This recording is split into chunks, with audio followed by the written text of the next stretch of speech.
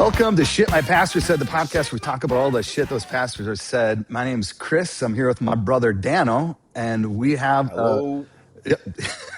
Dano had to get his voice in there, and we're here with a special guest, Dave Schmelzer, who we're incredibly excited to have with us today. So, Dave, thanks for hopping on with us. To start, Dave, why don't you give us a little bio of who you are and where you're coming from? It's a pleasure to hop on and to be reconnected. We had not like we were hanging all the time back in the day, but we had points of intersection back in the day, and so it's fun to Yes. reconnect.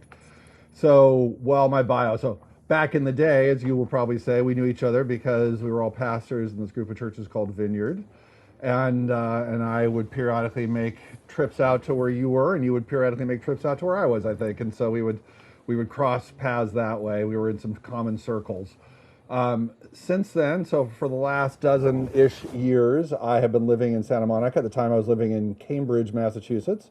But I've been living in Santa Monica and trying to kind of, it's very difficult to tell people what I do because I had the kind opportunity from some donors in our church back in the day to ask some big questions and be funded to do it, and which means I'm a researcher. That's what I do. I've never said that to anybody except you are the first people I've ever thought that's There you what go. I do. I'm a researcher. I got commissioned to kind of go forth from what was a large church at the time, but we'd seen some kind of cracks in the foundation of churches in general, and we kind of, way back 12 years ago, we felt like things were coming down for Christians of our sort, which is maybe just Christians in America. We were in the dominant stream. We were in the evangelicalism, which is still the kind of dominant cultural stream of Christendom, maybe with Catholicism being a contender, but those are the two. And it just seemed like, we got some things to figure out if Christianity is going to make it through what we felt we were seeing coming. And so people said, well, why don't we fund you to figure out some ways to help us navigate that? You're a valuable pastor, Dave. We love you. Punch on the shoulder. Good for you. But I wonder if there's other people who can pastor this church. And but maybe what you could be deployed to do is gather some people and ask some of the broader questions. And so I tried a bunch of stuff. I was podcasting with culture leaders about faith things. Maybe it's a cultural question. And I led a small network of churches for a while who were trying to figure their way, who realized we probably can't fit with conservative evangelicalism all that well. Our theology isn't really working great anymore, and et cetera. And that was useful for a few years, but probably not beyond that. And then I had a bunch of other questions about why that was so. And in the end, I began thinking, I just think none of us know quite enough about the Christian tradition, how have other Christians dealt with these questions. And so that's where my researcher thing came in, and I started doing kind of deep dives into those questions and have gathered people around me to help think that through. I lead online groups with some international folks several times a week, and I've started putting those together now for people who are interested in to kind of courses on later stage spirituality, to use elitist language. Are you telling us, Dave? Having some earlier stage Christianity that you, oh enlightened one, know better than me? Is that what you're saying? But I think what I learned is there's kind of a richer sort of Christian experience that can maybe get us through our own roadblocks that I didn't know anything about. So it's stuff I learned, let's put it that way, that now we're starting to teach other people. And we got a little newsletter we're putting out. People could sign up for that about, like a Substack, about applying this sort of stuff just to day-to-day life. So we're trying to figure out how to bring this public. That's what we're doing. That's awesome. So like you mentioned we were in the same collection of churches. I don't know the story. How did you end up becoming a pastor? That's I don't know that story, and how you ended up getting into the Vineyard. Yeah, well, we could be talking way longer than anyone's going to want to hear that story, but like with most people, I had not wanted to be a pastor. I had not planned to be a pastor, though I'd had a conversion experience when I was in college, which was super meaningful to me. It had become really shaping and remains super meaningful to me, so nothing's changed on that front. And I had met my wife in a Vineyard church in San Francisco. My interest at the time was I was kind of a semi-professional playwright in the area, and so I was trying to do this art stuff. And but meanwhile, in doing that, and we had one big hit and we had one big flop, and we were kind of trying to work through some of those questions. Right in that time, a friend visited us from our college days and said, "Hey, a bunch of us college buds are trying to start a church in Cambridge, Massachusetts, or near Harvard." My wife and I had gone to Stanford, so we had that Stanford Harvard connection, and they said, "We're trying to do this thing," and so we decided to go help, but somebody else was going to be the pastor, Huh. and so we moved out. The guy who directed my two plays in San Francisco was planning anyway to move to New York. He already had some contacts in New York, so he said, "Great, let's move your plays to New York. Let's figure out ways we can actually kind of level up." And so we were trying to, so I thought, great, I'll do that. I'll get a job out there and we'll just figure it out. But the guy who was going to be the pastor when we moved out just had some, I don't know, second thoughts. And so we were all out there. We planning to start this church. We'd all, four of us had moved from California, four were in Cambridge. And we weren't progressing because the guy who was going to lead us was ambivalent. And so I basically said, well, people are now calling us because we had the people who were in Cambridge had connections to college groups, and people say, "Hey, going to start a church?" And I thought it would probably be a wise thing to tell people yes if we are planning to start a church and invite them to come to something. So I started leading those things, waiting for this guy to decide he was going to do this thing. And Wow. and in the end, he left and moved back to California. And so that was 2 years in. I had been commuting in New York, and people turned to me and said, "Well, evidently, Dave, if we're going to have a church, you're going to lead it because you're the one who's been putting these groups together, waiting for this guy to, lead the church. And do you want to pastor it, or are we folding?" And so I pastored it. That's how I got into the pastorate. I like that's like the default, like I guess, then I pastor. Yeah. Yeah. Wow, I didn't know that. That's fascinating. When did you plant or collectively plant the church in Harvard or Massachusetts? Yeah, we had moved out and started these groups in '95. Went public Easter '98. Wow. Okay, so you then in because when I started learning about you, I don't remember if it was you wrote a book called oh my Not the God, I just religious blanked type. on not religious type. Yeah, yeah, yeah. So you wrote that as you were pastoring. Yeah, yeah. Yeah. Um, and so like clearly you started writing the book. The book was informed by how you planted the church because you tell a lot of the personal stories of the church. Mhm. What prompted you to write that book?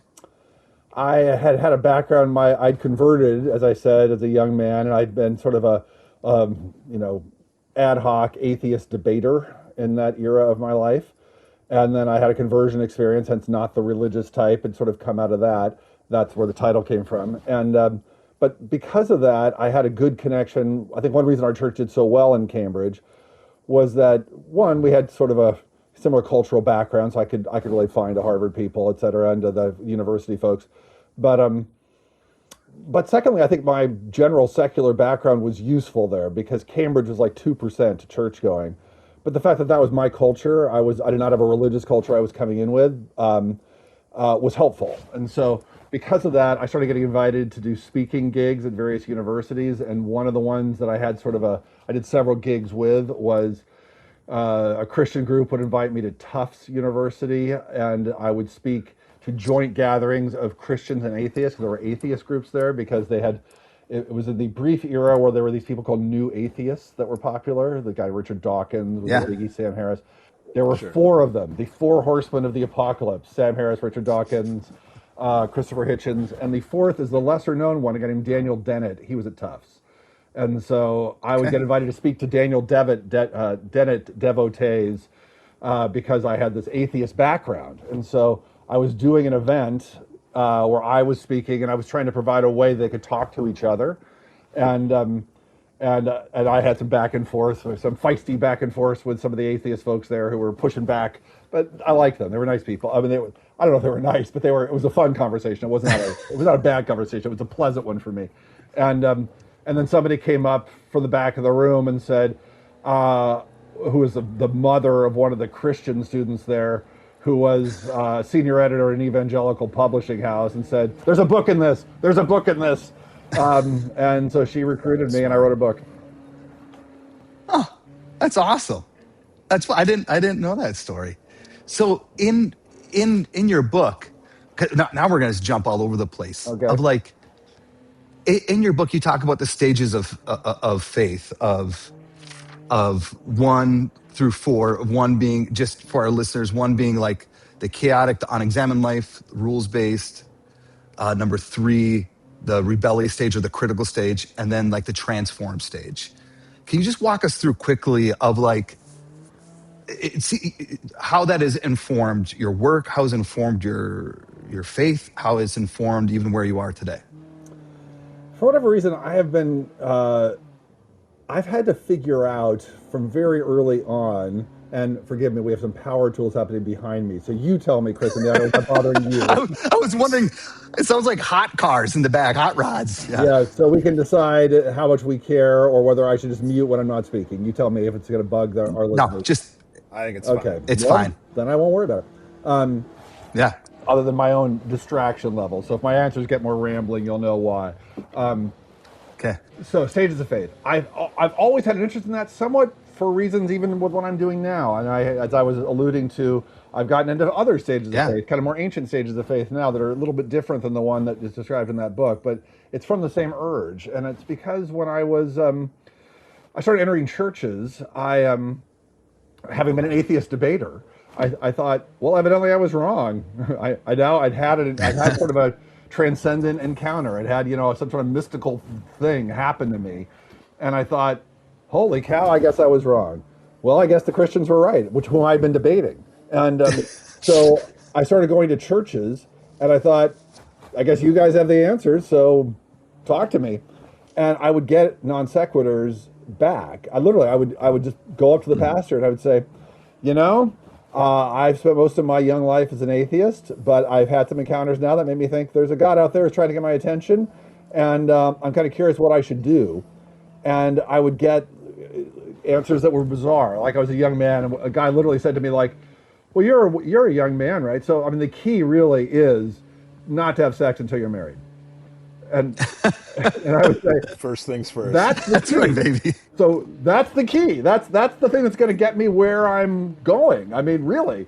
And I had another guy tell me, well, I mean, really the most important thing is conservative politics. I mean, because that's really what God is into. And I said, conservative politics is the answer to my question. I've had these transcendent encounters. It seems like there's a God out there trying to get my attention. I'm trying to figure out what to do about that. And you're telling me vote Republican.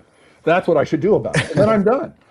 And I would think, what on earth is this all about? And so when I read this guy, M. Scott Peck, who was popular, back in the 80s as a psychologist, he had written, not in his main book, which is called The Road Less Traveled, but he had given a lecture on these stages of faith in his practice. And his premise was religious people would come to him in different stages, and some of them would lose their religion, and they would make clear progress by virtue of losing their religion.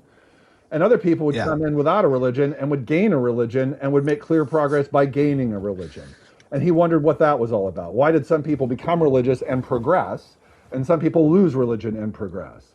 And so he put together, based on some previous stages of faith he'd seen, this idea that it's actually more psychological. He was not discounting religion. In fact, he became religious as a result of all this. But he said, for some people, you're coming out of chaos. We all come out of chaos. Our lives are chaotic. And a religion, that's a stage 1, which he calls chaotic. And a religion can help bring order out of chaos. Suddenly, it's like it's the person who converts and gets off heroin, It's like now your life works, and you go to a conservative group and they give you rules and structure, and that works great. And that's really important. That's what is stage 2, which is like rules-based. And so that is irreligion to religion conversion. But then the stage 3 is where you begin to question why are those rules the rules? I mean, there's got to be more to life than rules. And that is like becoming a teenager, he would say, is the rebellious stage. Like going to college can do that. And that becomes irreligious. And so but it is progress. And then his 4th stage, like when you're a cocky teen who thinks, oh, those stupid rules-based people, I know so much more than they do. I've read, some progressive thinker and they're really smart, and these stupid conservative thinkers are really dumb. I know so much. And what Peck says, you cocky teenager, what you don't know is that there's a whole tradition past you, is that all those questions that were being addressed in your second stage that were rules based actually do have answers, the ones you've started rejecting, but they're different answers than you thought, and then those stage two people thought. They're answerable, but on totally different terms. And he calls that mystical. And that is like an unending stage of growth. And so that struck me as reasonable. Right. And so the bottom line is I realized I had entered churches from stage three. I was an atheist debater. So my starting point was stage three. I was skeptical. I was pushing back against the conservatives, the rule-based people. And so when I went to churches saying, and I'd had a stage four encounter, I'd had a mystical encounter. And so I was asking stage two people stage four questions. You know, I had this thing happen to me. You're the religious people. What's the right answer? And they would say, vote Republican. And I would say, what the hell? You know, and so when I read Peck, I thought, oh, that's so helpful. But then that made me realize I'm going to have to find different sorts of answers.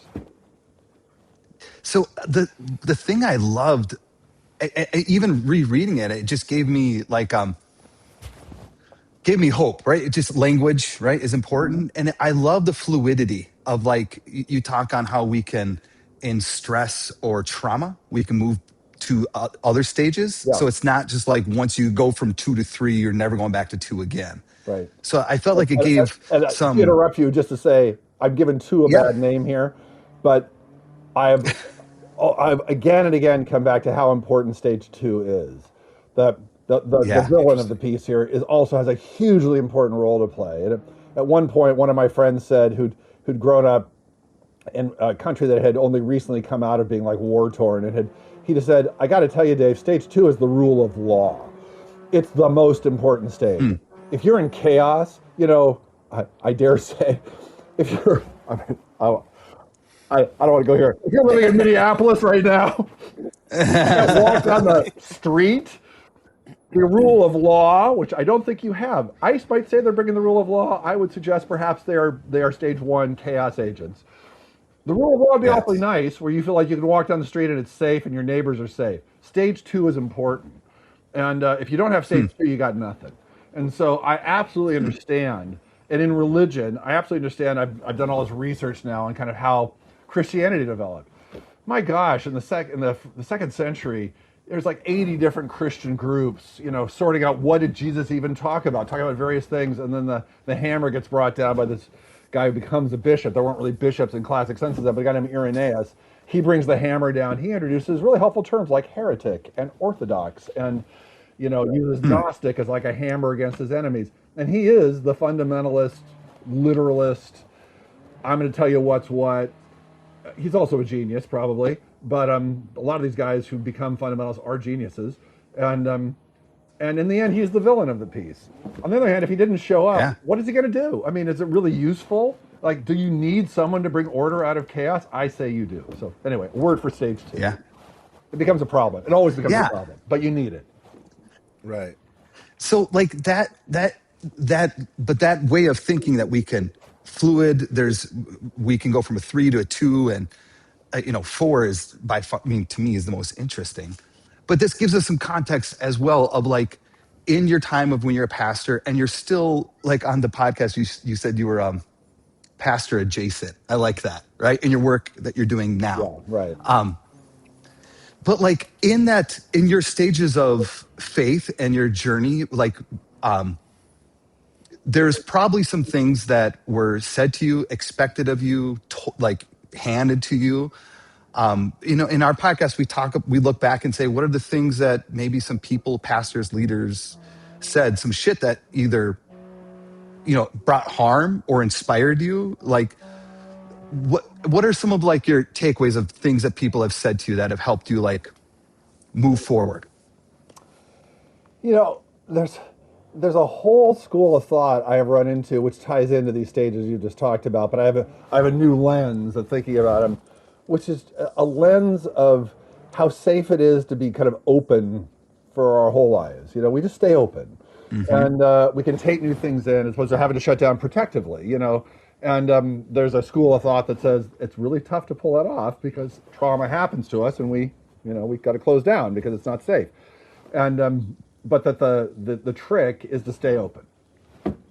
And I feel as though a lot of what the, as you say, shit that was said to me is very relevant to the stages you talked about, and a lot of it is like it is that closed. I can't take. I got to close down sort of stuff, and a lot of the stuff that really benefited me is seeing people who were ahead of me or had more power than I did or whatever else who didn't close, Huh. and remarkably didn't close. And so, knowing we're going to be talking about this, I mentioned to you that I went to dinner with my wife last night, and I said, "Okay, they're going to ask me about what was the shit that was said to me that And believe me, there was I brought some controversy in my wake in the group of churches we were in. Believe me, quite a bit was said to me, Yes, you did. and but we also met some lovely people both there and elsewhere, and so my wife Grace was remembering that, and so she, her cortisol levels were rising. Like, those people, they said X, Y, or Z, and so she was kidding. She was beginning. It was all coming back to her, and then she was saying, but those people were great, and I think I was really around that. That I think, on the one hand, in the thing we just said, there were some people who were persistently. What was bothering her so much is people who would just consistently tell me they didn't trust me, like from the beginning, and they would be people I would meet with regularly, and it's like, and I would think, why don't you? What have I done to be untrustworthy? I show up at the meeting. Yeah. That's perfectly nice. I don't think I've taught anything unorthodox. Listen to all my sermons. What is heretical about anything I've said? What have I done to bother you? And I really do think it's the stage stuff, right? They were in the kind of a hardened stage 2. They were protecting boundaries. They were keeping the world safe. And because I was not playing on that turf and I was not using that language, and I was introducing thinkers that maybe they didn't think were from an approved list, but they couldn't prove I was wrong. And maybe, this is going to sound bad. Maybe just somewhat like exposure. I was sort of the educated elite coming into some of these settings. Yeah. And I was at a church that was attracting lots of Harvard people. We were seeing Harvard deans convert. But a lot of the churches in our area were rural or suburban, but mostly a lot of rural, like small towns. And so it is some of the things we're seeing in our country right now, that divide where people feel like, I don't like you people or whatever else, or I feel threatened by you people. I think we saw that early on, Yes. where I'd be going to meetings, and the leader of the meetings were somebody who would lead a rural church, and they were my supervisor. And their job is to kind of keep me in line. And they would feel, I'd be talking in certain ways, and they wouldn't know these people I was bringing up, and they wouldn't understand, in one sense, I was bringing in a world with which they were not familiar. And that would feel really threatening. And so they would do all they could to be civil.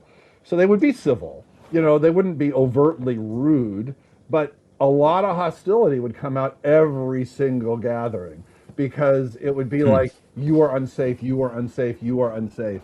And we were remembering, I thought, oh yeah, and then this would be a specific comment. There was a national level leader in our group of churches, Vineyard, who, when things were really coming to a head, at least at my level, they came to a head further in my people like yourselves who were there after I was gone. But one national level leader said in my hearing, and I wasn't sure, Grace and I were trying to process, was he trying to be offensive or was he just trying to be like descriptive? But because he was a savvy guy. He was not just a kind of a rural guy who was threatened by me. He was more sophisticated than that. But he sort of was musing, and he said, the Vineyard's got to pretty much drive out anyone with connections to the Ivy League. We've got to drive them all out, all of them. Like, in my hearing, I lead a church at Harvard, and so I'm thinking, well, thank you for clarifying. But I think it was that, right? It was that, because it's just cultures that were not aligned. And so, like Grace was saying, she said, oh, he did say that. So we have to decide, was that an outrageous thing to say to us? We're going to drive you out. Or was he just right? That those cultures can't coexist. Maybe he's just right. Anyway, so that would be some sort of. That's fascinating. I think that a lot of us, Kris and I certainly, but grew up in like a stage 2 super conservative rural church. And part of the promise of the Vineyard, at least for me personally, was there was this like upfront sense of mysticism, like Right. healings could happen That's here, where I got and you it. can hear Absolutely. from God here. 100%. Yeah. And then I think it wasn't until, and that's what drew me to the church that I eventually was on staff in Minneapolis, was because, there was this, like, for lack of a better word, but like a spectrum that they were pushing a little more left. They were kind of progressive facing a little bit, or would peek behind the curtain like, oh, okay, maybe this is different than some of the churches we were a part of. And I think when that church discovered your specific group of churches that were pushing this, new ideas and new thinkers, I think what I experienced was a huge backlash from just different pastors and leaders in Minnesota, which is like, whoa, whoa, whoa, whoa, like we can't even touch that and we can't even question that, which really shook me at the time. And I even like, I was an associate pastor, so I had to teach a lot of the classes that the senior pastor didn't want to teach anymore. Yeah, you did.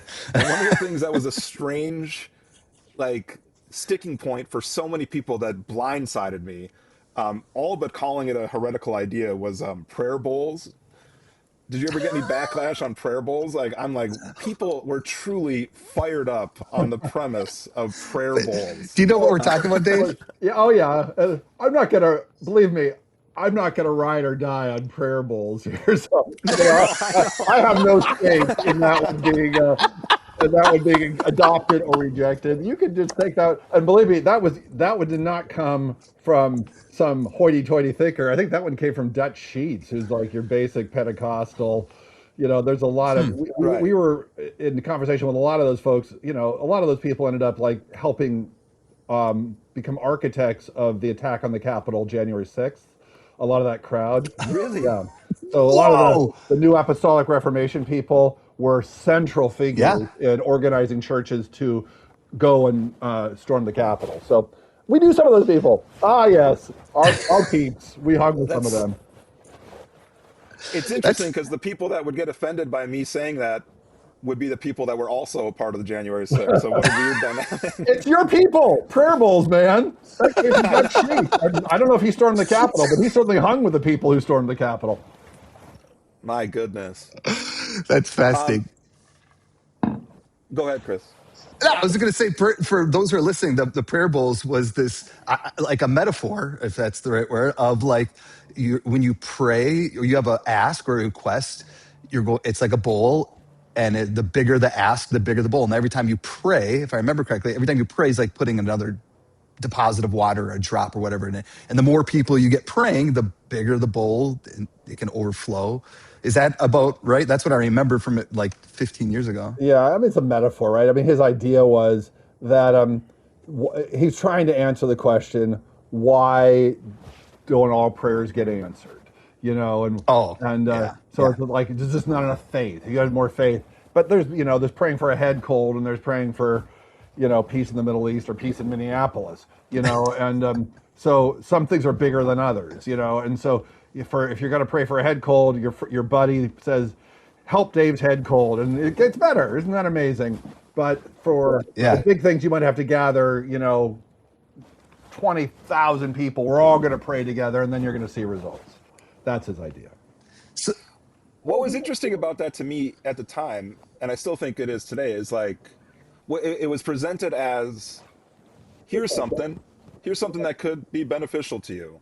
And I think that was so in contrast to the churches, even in the Vineyard, where it was yeah. like a lot more certainty than that, Huh. and a lot more, this is what you should do, this is how prayer works. Where that idea was kind of like, well, none of us really know, so maybe just spend a lot of time thinking about this and praying and asking God for good things. And I don't know, it seemed like it shouldn't have been as revolutionary as it turned out to be, and controversial rather in Yeah. that I'm setting of curious that it was so churches. controversial because again, it came from one of their peeps. It did not come. This was not from some hoity-toity liberal. This came from a hardcore conservative. But I wonder if it was just threatening because it was like who knows if the who knows quality Yes. made it threatening. And So, it was coming from us, who at the time were seen by a lot of people as hoity-toity liberals, if that makes sense. I thought you were going to go the other way, We Dano, didn't of source like, it to that guy. Yeah. I guess the church I was a part of at the time of when it got brought up, it came more from conservative people. That's interesting. I think more the problem was we don't know. Why don't we just try to see what happens? I feel like people want more clear actionable items if it works or not. But Dave, I have a question about that. So like a lot in your book, and the Vineyard was or is more conservative, more fundamental, evangelical, but still very charismatic. Where healings, you write in your book about hearing from God. Where are you at today with those things? Would you still consider like as a contemplative or mystic? How do you see like some of those charismatic qualities? Like, how do you engage with those today? I am so perplexed, Kris. Let's work this out. Yeah, I need your help. Okay. And that, because I could say opposite things and they'd be entirely true. I think one thing I could say Yeah. is, oh, haven't changed a bit. I mean, 100%. I'm a charismatic. I believe in the works of the Spirit. I believe in the filling of the Spirit. I love that stuff. Totally into it. Church life in general has become far more complicated for me, like finding the right setting in which to practice those things, for sure, because I'm not setting the terms. So in Cambridge, I Hmm. could set the terms, and it worked great for me. And if I could set the terms, I'm not leading a local congregation here, so if I could do it, I think I would do it. I mean, 100%. And so I have far less practice opportunities, but I don't believe I have any less belief or conviction or love or whatever else. So that's on the one hand. On the other hand, a lot of the people we learn things from, this will sound bad, but we are candid here, are maniacs, you know, and Yeah. so Yeah. and they are people. They are not trustworthy people. They're not trustworthy spiritual guides. That I can say in full throated, full stop. They are not. They are people who have really explored these questions sincerely. That I do believe. Yeah. But in a context of becoming untrustworthy spiritual guides. And so, what do I make of that? That so many of the people who have really helped me, prayer bowls, that really helped me. I'm not sure I would look to dead sheets, though I know I'm naming this poor guy. I have no idea. He could be a great spiritual guide. I have paid no attention to dead sheets in 15, 20 years. Yeah. So if you're listening to this, as I'm sure you are, Mr. Sheets, get in touch. Doug. We're gonna work this Thanks for the all support, out. Doug. I'm sure we can do great together. But uh, but I don't know what to make of that, Kris. So I was so kind of guileless back in the day of like, I totally believe in this stuff. The Vineyard had been so vastly useful to me in helping me learn Yeah. more about it, initially all to the good, and in ways that all those things that were all to the good remain all to the good. I'm so grateful to have been introduced to that world and to have the opportunity to experience that world. What I discovered is that people who can actually become trustworthy guides into that and into the wider truths of Christian practice and of spiritual practice writ large and of sort of spirituality that can actually usefully take one all the way to one's death. I don't know who those people are who do both those things. And so Yeah. Right. that's where I'm at. Where are you guys at? What do you think? I I think, yeah, you go, Dano. like, I think this language is on your website, I believe, that I still really hold is connection over answers. Mm-hmm. And I think that in my experience with, charismatic churches in the Vineyard was I really truly like the thought that God, as the creator of everything, could speak and would know Dano still is a profound idea. And like, that was like my main sticking point is like Psalm 139, like, oh my God, like I'm the youngest of five. Maybe that's, just like, I am seen by that. That is profound. And Yeah. furthermore, Amen. I can then witness this God healing people that are broken. And I think like everything is fine and good. Like, I believe I heard from, or, I used to believe that I heard from God, and that's really profound and interesting. And but it's all, none of it's an answer. Right. Like, it's kind of like, well, I believe I had an experience and it sure was meaningful, so I'm going to carry that with me. But I feel like a sticking point with me is the healing, because a healing is an answer. Mm. And if I witnessed, I'd hear stories by prominent old vineyard leaders, out of Evanston, for instance. I won't say a name, but like insane stories that were like you saw somebody grow a leg. Like, are you kidding Really? me? Or you saw somebody raised from the dead. Like, that is an answer. Huh. And I was always like in tension in the vineyard because it's like, why aren't we actually talking about this more, and why aren't we seeing it? Because I never really saw. I laid hands on people that had an earache or a headache or a backache, and they felt better, and I think that that's great. But my God, talk about a clear cut, drawn in the line sand answer of God exists and is powerful, and I just like I thirsted for some of those experiences that I don't think I ever had. You know what I mean? Hmm. So I'm left with a lot of the soft, ambiguous, like, I fully believe that if you heard positive affirmation from something within or something without, and it's meaningful for you, take it with you and let it be meaningful.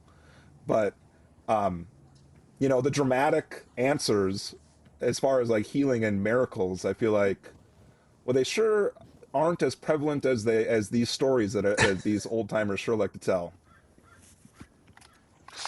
How about you, Yeah. Chris? Yeah.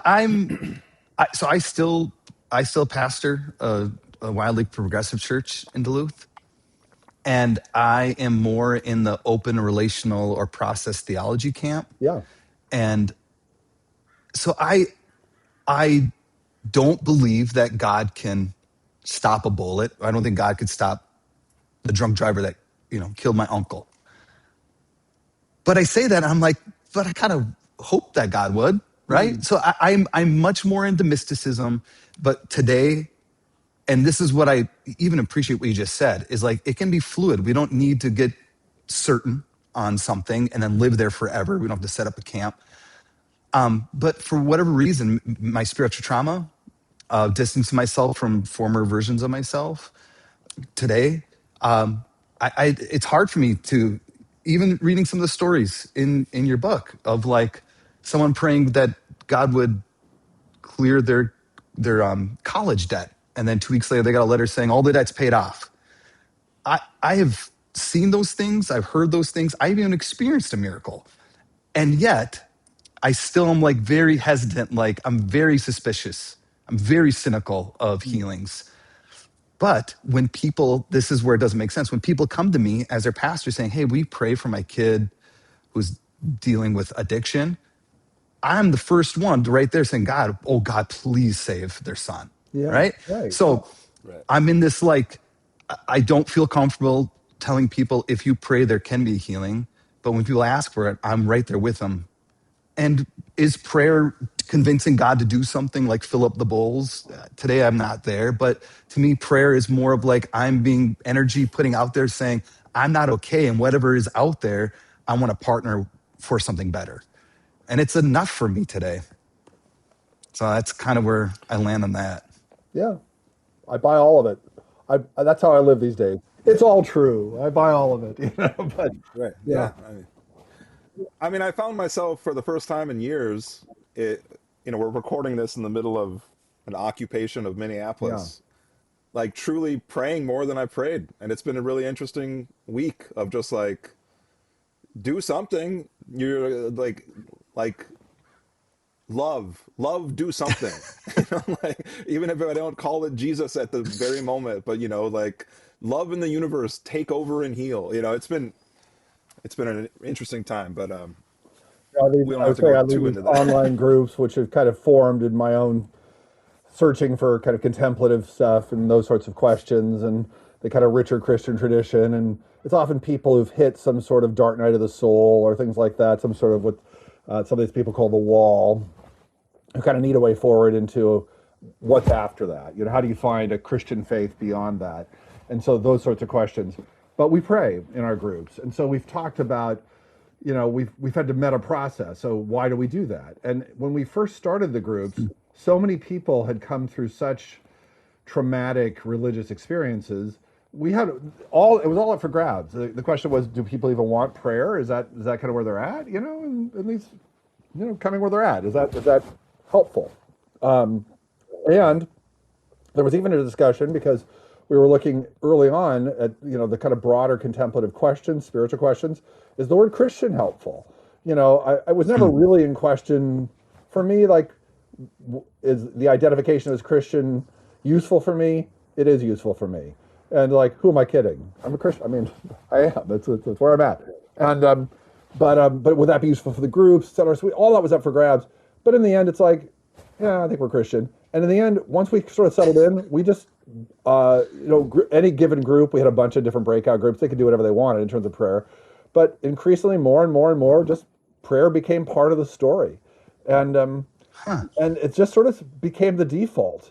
And so when new people join us, we will say to people, I think you're going to discover people are going to want to pray. You don't have to pray, whatever else, but that kind of tends to happen. And we have people come from no religious tradition. They think, I've never really done anything like this. Am I going to like this? I think I do like it. In fact, I think I'm going to do it. I'm going to pray for you. And then we start talking about answers and things like that. And this Minneapolis stuff has happened so frequently. People will say, people with intense needs themselves, like huge, cataclysmic spiritual challenges, will say, "Oh man, what's on my heart is Minneapolis." They can't even think about their own stuff, and they think, "I just, that's on my heart." Well, what is that about, Dano? Why is it just what they want to do when they look at your city is pray for you? Why is that so in their consciousness? Why is that so? I think there's something real there. I agree. I think you're right. Yeah. Yeah. Kris, unless there's another direction you wanted to go. I do. I have another question. So, Sure. if with that same vein, if there's like it's spirituality and our transformation and our journey is somewhat fluid, right? And I do like the can you say it again, Dave? It's not the critical journey. It's the six stages. The 6 stages is the critical journey. Yes. Yes, the critical journey. So the stages of faith, the critical journey. I'm a huge fan of like having things like a visual to like see where we're at, right? To kind of give us a map or a path, and knowing that we can blow that up and go wildly off the path too. Yeah. But there was something that and I think I saw it on your website. It came up in that podcast, like we mentioned earlier, with the pastor from Austin. Yeah. And it's the idea of the third way, which is very mystical and very contemplative.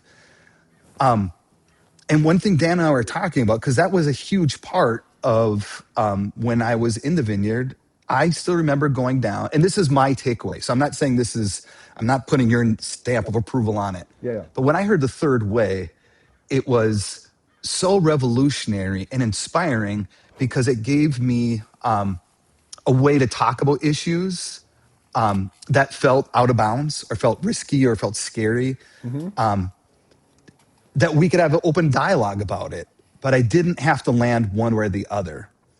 And looking back now, like, because I went and taught a workshop at a youth conference all on this with a bunch of stage 2 youth pastors and youth leaders who really do want to make the world a better place. I really do believe that. Yeah. But it's so working with students at that time was so rules-based, black and white, like don't have sex, all those dumb things. Like in college, we couldn't dance, right? So for me to go up and say, actually, guys, here's a way of thinking, and don't answer the questions. Just don't take a position and ask kids and students what they really think and blah, blah, blah. And it was so confusing to them. At the end of the little workshop, I was confused. I'm like, I don't even know what the fuck I'm talking about. But when I haven't thought about it for a while, that term third way, because even Ken Wilson talks about in his book, Letter to My Congregation, I believe, of like, let's don't talk about, let disputable matters be disputable, right? Of like, if we're going to eat sacrificed meat, like in Romans or not, like essentially, who the fuck cares? Like, let's feed hungry people and we can still be together. But now that I'm in a different space, I look back at the third way in that context, and it feels like a cop-out a little bit. It feels a little bit of like, we want to be the credit of asking questions, but we don't want to take a stance. Or even though like the Vineyard has a policy about queer people being ordained, they want to tell people we really don't take a stance. Yeah. So can you just like unpack that a little bit about maybe if you want, of where you were, but more of like, how's the third way for you now? Is it really just about not answering it? Or is there No, a definitely not more that. room beyond it? It's interesting. So Third Way kind of found its way back into my world because of talking to churches locally recently, whereas it had sort of left my world because I think what Third Way, as you point out, Ken Wilson introduced, was super useful until it wasn't.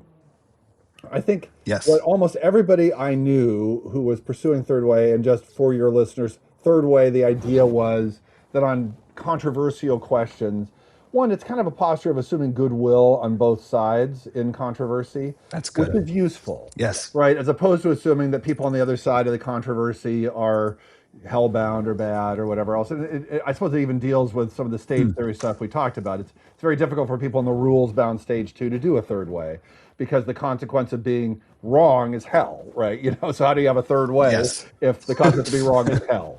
And which I think is probably a limitation even of third way, even in its most limited way, is how does it ever help anyone if the people who are in stage two can never do it? Because you're asking them to do Yeah. something that by definition they can't do. So you're asking them to assume goodwill for people that are ahead of them. They're in a third stage and are wrestling with questions, but they aren't in that stage, so they can't. So what are we even talking about here? I hadn't really thought about it that way until just this moment. That was probably a limitation from day one that we didn't quite give it credit for. So I think what was useful about it was, can we just, in these congregations where it was almost all in that era about LGBTQ questions, can gay people Yes. lead? Could you do gay marriage? The common stance in that day that everyone was trying to do, and that to some degree we tried to do to our shame. I don't think I tried to do it. I think I had a better way of doing it, to be honest, even than this would reflect. I think the smarmy way that churches would try to do this is say, a gay person comes to your church and they say, "Am I welcome?" You say, "You're totally welcome," and they say, "I need more than Mhm. that." Can I be a member here? You can definitely be a member here. But then the sticking point is, could I ever be a leader? And the answer in conservative churches is no, because you're gay. And do you think I'm in sin because I'm gay? Well, yes. But we love sinners.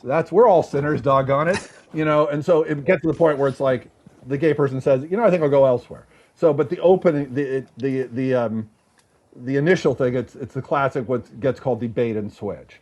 We're totally Yeah. welcome, except you're different than us and bad. That's the only thing we don't say. So I don't know. I somehow got lost on that bunny trail. But what Third Way was trying to do was Yeah. allow, in a time where that was still being worked out, space for it to be worked out with goodwill.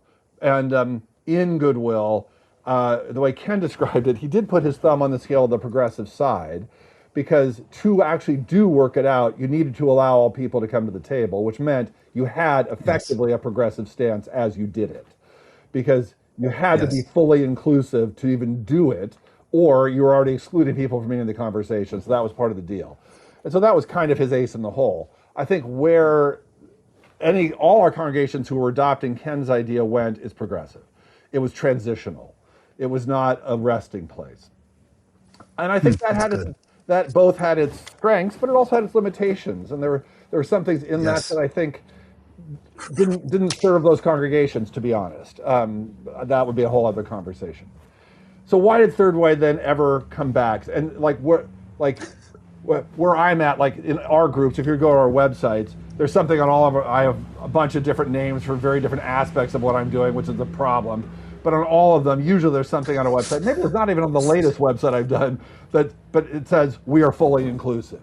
You know, so in other words, it's not Third Way. We aren't. It's not up for like. It's just like that's a given. And now let's talk about other things. But because that just has to sort of be said, or it doesn't really work anymore, I don't think.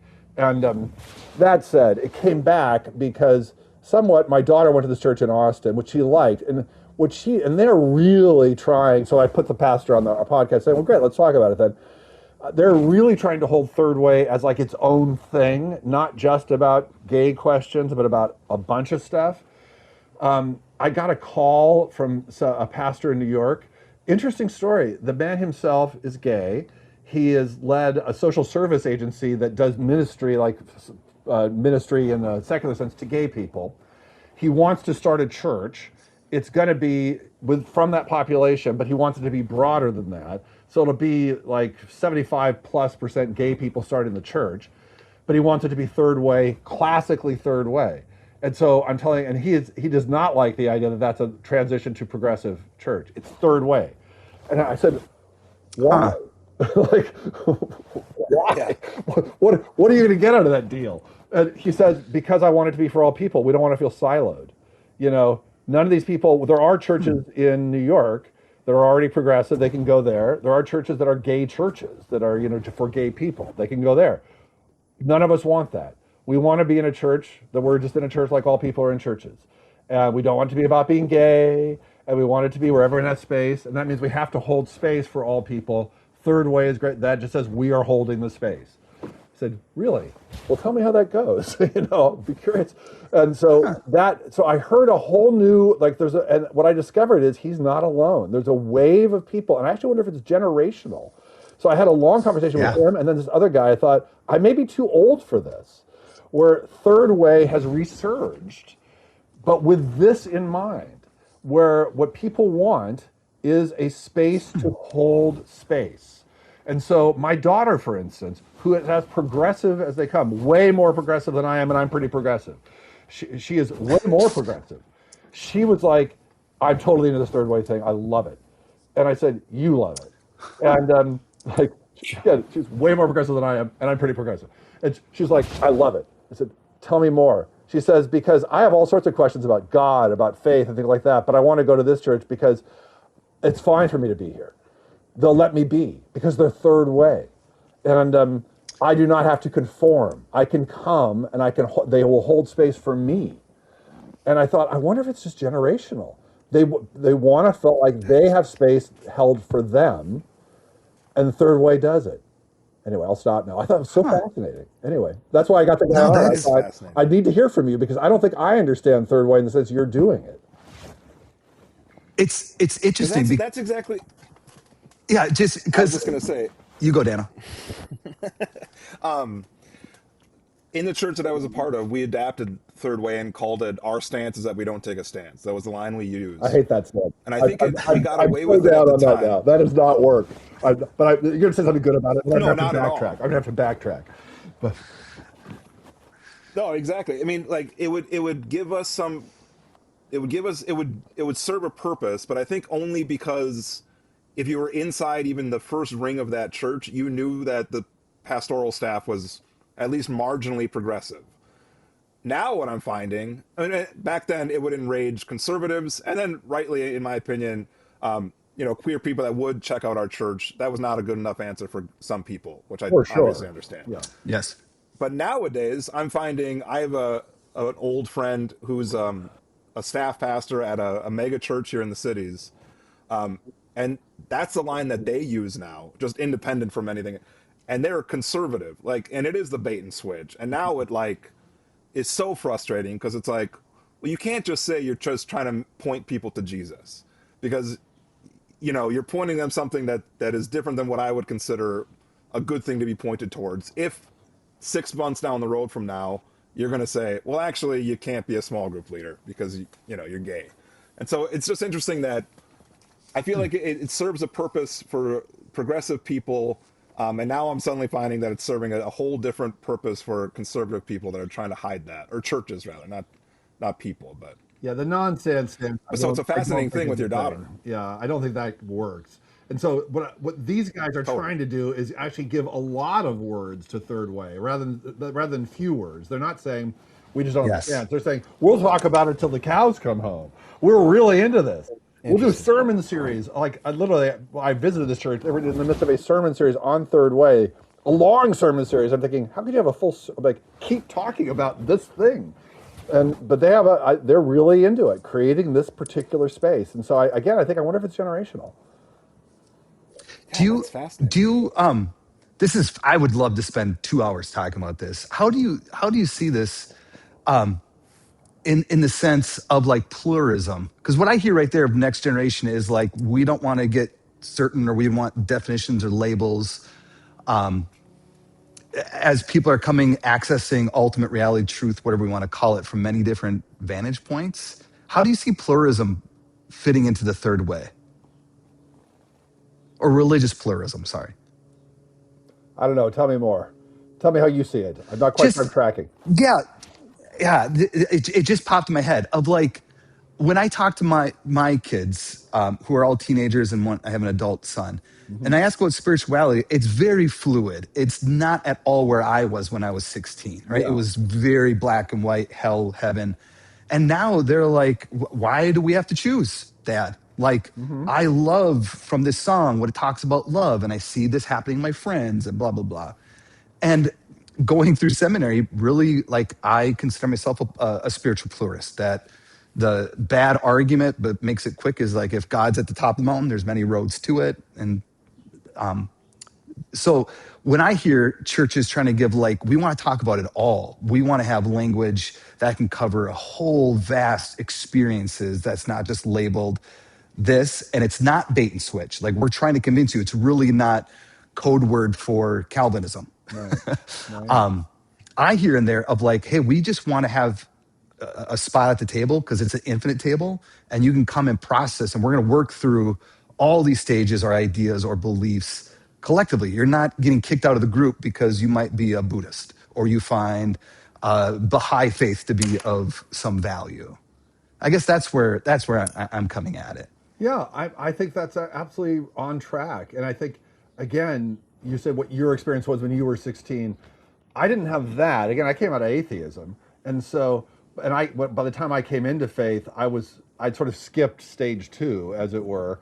And Yeah. I used to get people telling me from Christian groups, "You're so lucky. You didn't get indoctrinated." Well, we did. And I was, I think, lucky in that respect. But what I'm realizing now is, for all my interest in this stuff, and I'm a quester, and I try to learn all this new stuff, and I try to learn from all these sources, and I love this stuff. My kids, I am not like, my mindset is different than they are, and their mindset is more fluid than my mindset. And I think, and my mindset's pretty fluid for my generation. I mean, I'm pushing the fluidity level, I think, pretty far for people in my cohort, and theirs is more fluid than mine. And so, and I think it's not exceptional for them. It was sort of exceptional for me. I was unusual. Yeah. For them, it's not exceptional. It's just like, what? It's just like what people do, you know? And I think that's where, again, third way sort of gets new meaning, because it's sort of like, it's freedom to do that, And so I've seen, I have a daughter now who's actually freezing in New Jersey, but who's fresh, a sophomore in college, and is just there for a bit, but is going to a church there, but has been kind of, minimally interested in churches and stuff here, but is loving the church experience there that she got invited to with a friend there. And I'm hearing why she's loving it, and I'm thrilled, and I love the church she's going to. They sound awesome, and as opposed to like, oh, you got to that church, that sounds terrible. This sounds great, and Yeah. but the fact that, like, she's like really found a groove, and I think it's because of all this stuff. It's like she can come in whatever she's thinking, and they're also questing, and so she's hearing the pastor. And the pastor's openly questing and working through stuff and being transparent and thoughtful and smart, but also transparent. And my daughter hears that and says, "I am so in," you know. Huh. That's great. And it's actually really encouraging. Yeah. Okay. So to wrap things up, Yeah, because I could talk about this for a very long time, especially like you have adult kids. Dano has little kids. I have older kids, yeah, but like kids moving to spirituality, or even like, if my kid called me and said, "Hey, I found a church," and I work for one, I'd be like, "You did what?" So yeah. there's so much on that. But just to wrap things up, Dave, like, and thank you so much for coming on and talking about these things. What You talked a little bit about some of the things that you were leading and some of the research or some of the groups that you're facilitating. Where can people find you? And how can people get in contact with you if they want to learn more? Yeah, they could go to, so I have a podcast. The podcast is called The Pocket Contemplative, where I talk about basically everything I'm learning. I just talk about it. And I've been doing that for a while. And so I so sorry. So you can go Life-changing to, call. yes, exactly. So you can go to thepocketcontemplative.com. And what you'll discover on the homepage is there's a bunch of stuff there. There is a link to the podcast. There's also a link to this. Like if you feel like you've hit, you can get these videos you talked about. You can look at these videos about these 6 stages of faith. That might be interesting to situate yourself. That'd be a fun little party game. But if you feel as though maybe you've hit one of these stages that there's a sort of spiritual or Christian growth that you can't seem to find anywhere else, we do lead courses about that called Faith Part 2. There's a whole description of that and how to get involved with that. We have online groups where we discuss this stuff too. There's ways to discuss there how to get in touch with us about how to get going with that. And I've started a newsletter. It's like a weekly newsletter where I just I write about this stuff as applied to contemporary situations, culture, things like that, in kind of brief form. There's a little bit of dialogue. People will comment, and we'll comment on the comments, etc. So you can sign up for that as well. There, thepocketcontemplative.com. Sweet. And are you on any kind of social media where people could dip their toes into the world of Dave? Alas, not. So You're like, don't ask me that question. Don't ask me that yes, question. I think I discovered that I'm just too old and set in my ways, evidently, to do that thoughtfully. So no. You know what? I feel like I'm on that road as well, Dave, a little bit.